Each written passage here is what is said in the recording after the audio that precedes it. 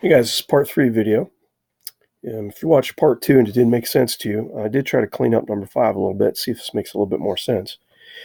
So if you notice, I just kind of rewrote it as two problems to do. So I wrote y equals -3, and I wrote y equals +3. And those are just horizontal lines, but if you look at the drawing, half the line's missing. So here's kind of what you can do to determine. If this bottom guy says less than, it has a less than symbol, then that means that's going to be the left half of the drawing. And the top guy had a greater than symbol, and that means he's going to be the right half of the drawing. So let's see if we can try that here for number 6 then. So really there's two ways you can do it. On the previous drawing, I waited until after I made the lines to do the dash line. You do the dash line first. But here's where it tells you the cutoff is. So I get the number 1, like right down through the x-axis, because it's telling you about the x's. So the x's are going to do one thing on the one side of the dash line. They're going to do something different on the other side. So again, up to you. You could do that second. You could do that first. Doesn't really matter. So I'm going to do the top one first. Now again, we know that f of x means the same thing as y. So the top half of that equation says y equals -x. I'm not going to worry about the 4x for now.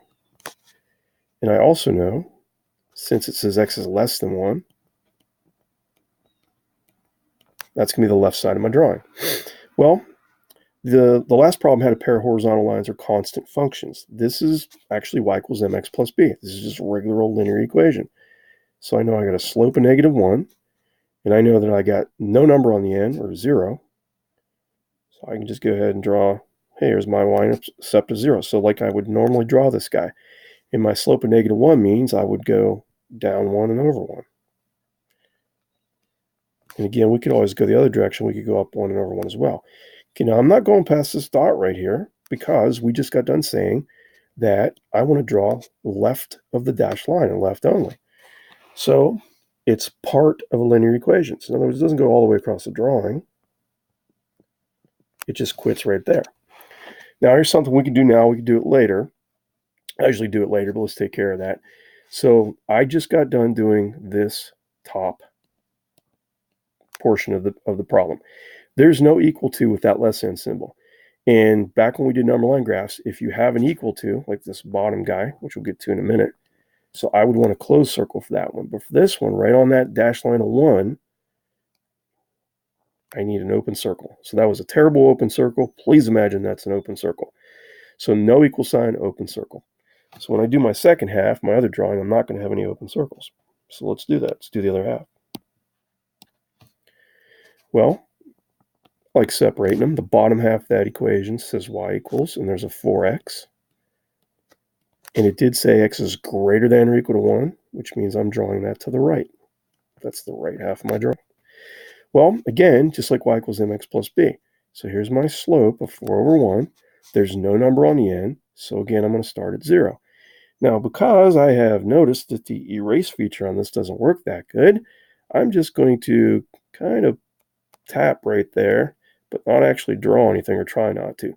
So normally you would draw a dot right there, and you would go up 4 and over 1.